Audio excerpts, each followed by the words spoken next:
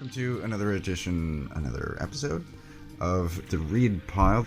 This is, as of this recording anyway, a new Reckless book came out last week. This is volume 5, I don't think they're numbered, but this is a companion piece to volume 4, which came out, these aren't quite every 3 months I don't think, but this came out earlier this year. Anna was staying in LA when Ethan took a case in Northern California. He actually spends a bunch of the time on the road and traveling in this book, but these two are happening at the same time. There is a very minor crossover near the end of this. He gets a phone call about events that happened here, but they are separate. But again, if you're reading the entire series, which I recommend, I'm a huge fan of the Reckless books, then you know. I mean, if you're reading it, they're incredibly good. Now, I will mention a couple of other things right in the beginning. So this is volume 5, and there is sort of a question about how long Reckless is going to go, and he answers that at the back here. Oops, not the biographies. In the afterword, there's an answer in here that more Reckless is coming, but not immediately, because they're going to work on something else first, and I think that's coming early next year. Yeah, here he says they will be in the 1990s next time. Now, this book does end years after it starts, and we've seen a glimpse of Ethan's future once before, I believe, in here. In this one, we get a glimpse of his future as he appears to be an old man writing his memoirs. Now, in volume 5, we don't travel quite that far into the future. It's here. And right there. So we know at least he survives whatever mischief he gets into. Until that point. Until he looks like an old man hunched over a typewriter. So, Reckless, right? It's good. It's good. You should get it.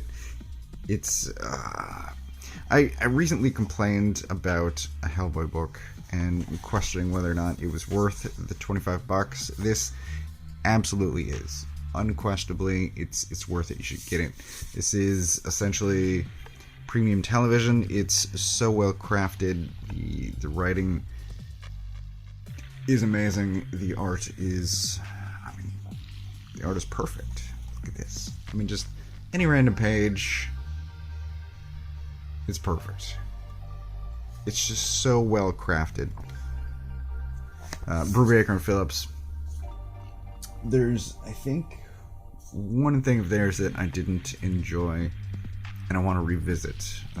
Everyone raves about Criminal, which I couldn't get into. I preferred Incognito, but I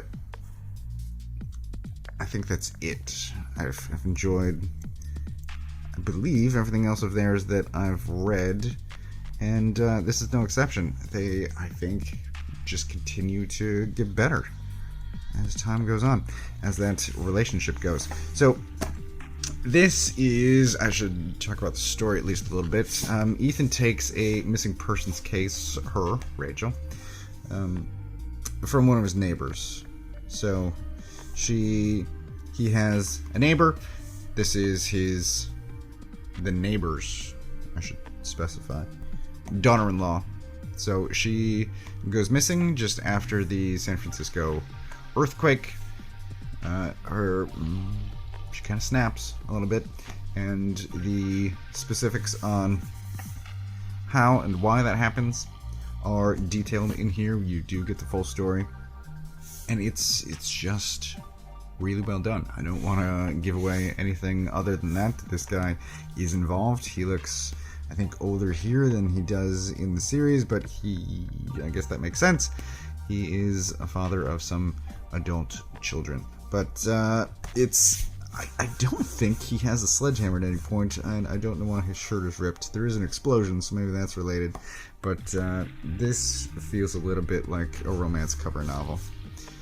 Otherwise, the rest of this makes sense. And I guess even the headlights down here, because as I said, he does quite a bit of driving this volume. But this is, as I've said now repeatedly, incredibly good, highly recommended, and really the entire Reckless series is fantastic and recommended. I know I've done at least one other video, possibly 2 videos.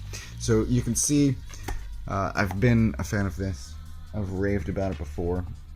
And I'm very curious to see what this team is working on next. No word on that yet. I am subscribed to Brubaker's newsletter. Assuming I read my emails, hopefully I figure out what that is soon. But yeah, this team work amazingly well together. I should mention the colorist as well, who I believe is Phillips' son. Did I skip past it? I did skip past it. So, Brubaker's on the script. Sean Phillips, I guess, he's on art, except I believe this is his son that is now doing colors. Anyway, the 3 of them work incredibly well together. One last time, highly recommended.